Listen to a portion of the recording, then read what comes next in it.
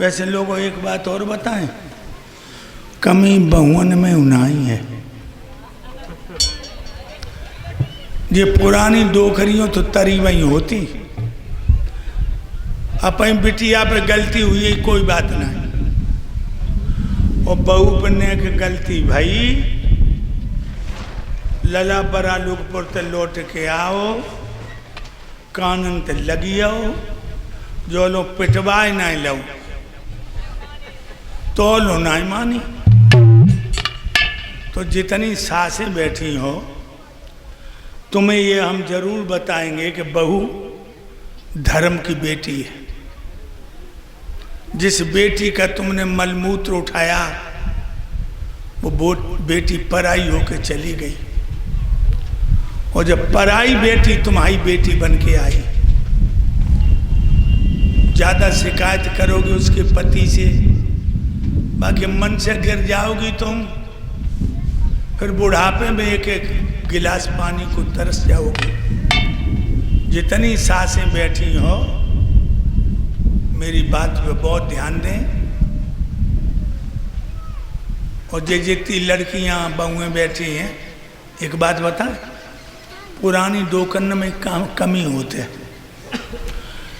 गाली ज्यादा देव करती, और जब तुम्हारी सास तुम्हें गाली देने लगे तो तुम सोचो अम्मा हो गई बूढ़ी, अब इन्हें गाली देवे की बीमारी बढ़ चली, तुमने गाली दियो।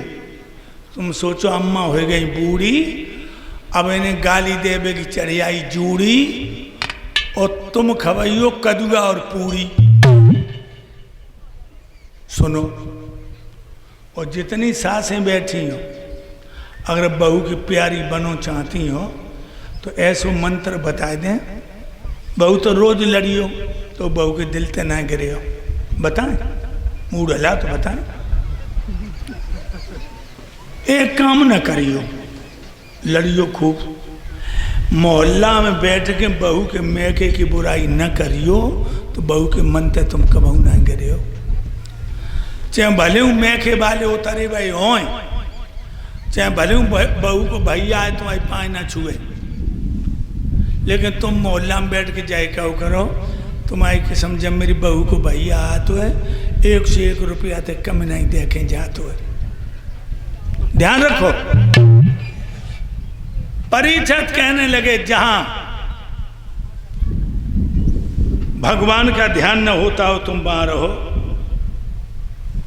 जहां संतों के दर्शन करके लोग प्रसन्न न होते तुम वहां रहो। कलयुग बोलो सब गलते गलत जगह बताए रहे, अच्छी बताए दो, कान लगे जाओ तू सोने मोर रहे। उसी समय गाय रूपी पृथ्वी पृथ्वी में हो गई, बैल रूपी धर्म परीक्षित के हृदय में समा गए। कलयुग ने छलांग लगाई, परीक्षित के मुकुट में सोना जड़ा था, बस सोने में लिपायमान हो गया। परीक्षित दिल्ली में आ गए। एक दिन इनके दिमाग में आया कि हमारे जो पुरखा मर गए पंडवा, इनका खजाना देखूं, कोई विशेष वस्तु है। खजाना देखा तो काठ को डिब्बा निकलो, बट डिब्बा को जब खोलो तो उसमें सोने का जड़ा हुआ मुकुट निकला। मुकुट किसका था?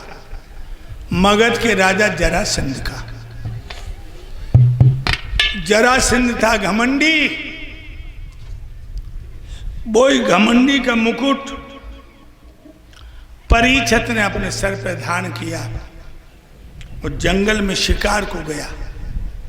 जेठ का महीना,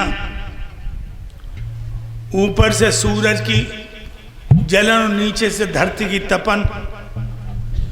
महाराज परीक्षित को प्यास लगी,